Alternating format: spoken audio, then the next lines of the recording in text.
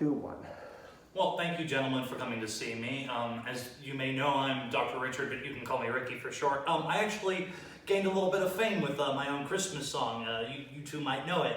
It involved me breaking a bat over Johnny's head and hiding a frog in Sister's bed. Well, unfortunately, I did do those things and everything in the song. And it was crazy. I'm on Santa's naughty list for over a decade, but I reformed and went into some serious practice.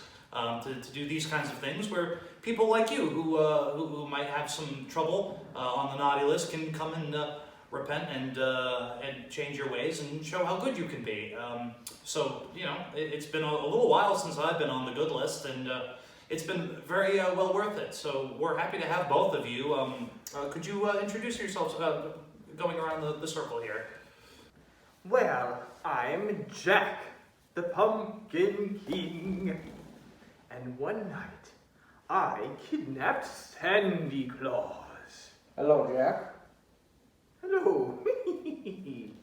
Well, as it happens, on one melancholy night, after a fabulous Halloween tricking and swooning and scaring, I felt sad, and I could not understand. I was so tired of the same old thing. And then I discovered Christmas Town and the joy and the laughter I just had to have. And so I learned all I could about the mysteries and the magic, and I decided that we, Halloween Town, would do Christmas that year. And in order to make sure that I could play Santa Claus, I had him kidnapped. Oh, but tragedy came. Tragedy, the world did not like our gifts or our Christmas. And so I had to set things right. And I went and I rescued Sandy Claus. And he agreed to go and save Christmas. And he did. Oh, and then there was a special gift of snow. It was so beautiful. And Sally and I is where we began our journey together. And life has walked on ever since. Very interesting. All right, and you, sir? Well, hello. They call me the Grinch. And back in 1966, you may have heard that I stole Christmas. Well, I wasn't feeling too happy about all the singing that was going on down in Whoville. It was driving me nuts, and I didn't understand what Christmas was about. I thought if I stole all the presents and the trees and stuff like that, I thought that it would, be gone. But the Who's were still singing even after I stole all their stuff, and for the first time in my life, I felt some guilt. So they say that my heart grew 3 sizes that day, and I feel like it did. I almost had a relapse the following year, when Whoville had a tree decorating celebration. I was just so full of myself. I thought, hey, if I could decorate a tree and win first prize, I would show them how jolly I am and how much I've changed. And then I won second place, and I threw the tree out and kind of returned to my old grumpy self. But Cindy Lou Who called me down and said she wanted a ornament on her tree. She had the smallest tree, but she did an ornament for everybody. It was really nice.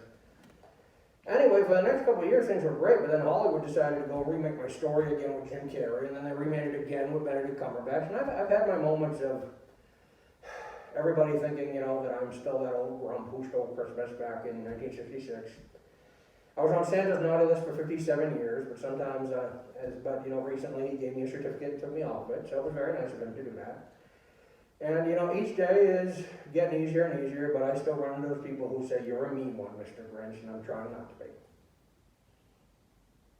Well, that's very interesting. I acknowledge both of you and your concerns. It's really been very therapeutic, hopefully for both of you as well as me.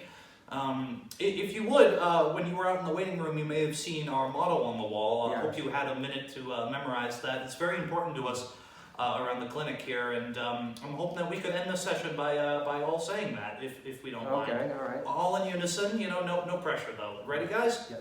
Yes. Okay, all right. Lord, Help me to accept the presents that aren't mine.